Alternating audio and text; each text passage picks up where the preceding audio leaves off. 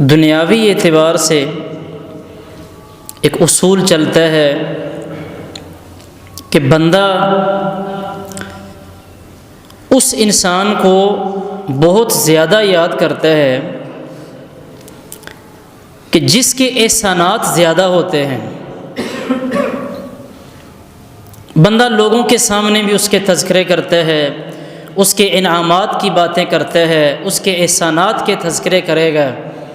کہ جو بندے کے ساتھ حسن سلوک کرے گا۔ اس دنیا میں بلا مبالغہ نبی کریم صلی اللہ علیہ وسلم کی امت پہ، یا دوسرے الفاظ میں یوں سمجھیں کہ نبی کریم صلی اللہ علیہ وسلم کا امتی ہونے کی وجہ سے اللہ تعالیٰ نے ہمارے اوپر جو احسانات کیے ہیں، اس روئے زمین پہ اللہ تعالیٰ نے اتنے احسانات کسی پہ نہیں کیے۔ اب حق یہ بنتا ہے کہ جب اللہ تعالیٰ کے ہم پہ احسانات شمار سے باہر ہیں، ہم بھی اپنے رب کو یاد کیا کریں۔ اور اللہ تعالیٰ نے حکم دیا، باقاعدہ سورہ احزاب ہے،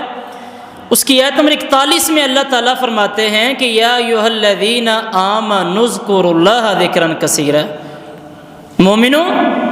اللہ رب العالمین کو بہت زیادہ یاد کیا کرو۔ بلکہ اللہ رب العالمین نے دنیا میں صحیح معنوں میں جو بندہ عقل مند ہے، جس کو آپ یوں سمجھ لیں کہ کسی بندے کے متعلقہ ہم یہ کہیں کہ یہ بندہ بڑا فہم و فراست والا ہے، اس کو اللہ تعالیٰ نے بڑا شعور عطا کیا ہوا ہے۔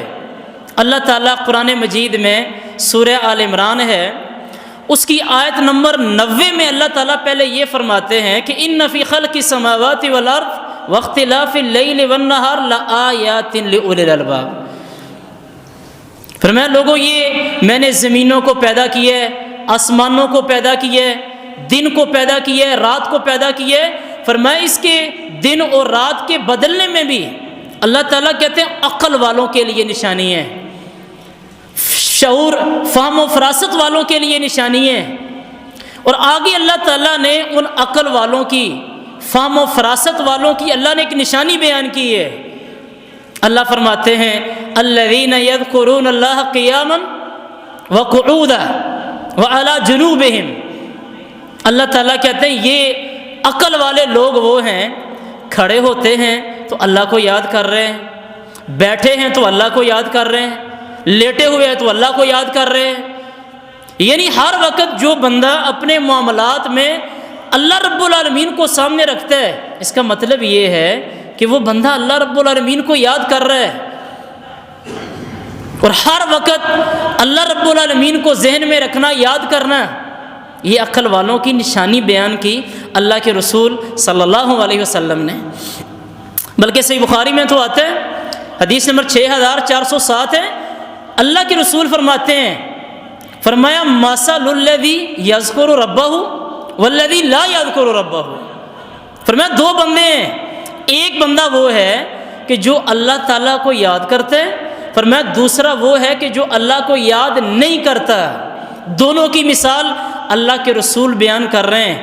نبی محمد رسول اللہ صلی اللہ علیہ وسلم بیان کرتے ہیں اور کہتے ہیں مثل الحی والمیت، جو رب کو یاد کرتے ہیں یہ ایسے ہے کہ جیسے زندہ ہے، اور جو بندہ رب کو یاد نہیں کرتا، اللہ کے رسول فرماتے ہیں یہ ایسے ہے کہ جیسے اس میں جان ہی نہیں ہے، مردہ ہے۔ بالکل بڑا صاف واضح مطلب یہ نکلا کہ حقیقی زندہ انسان وہ ہوا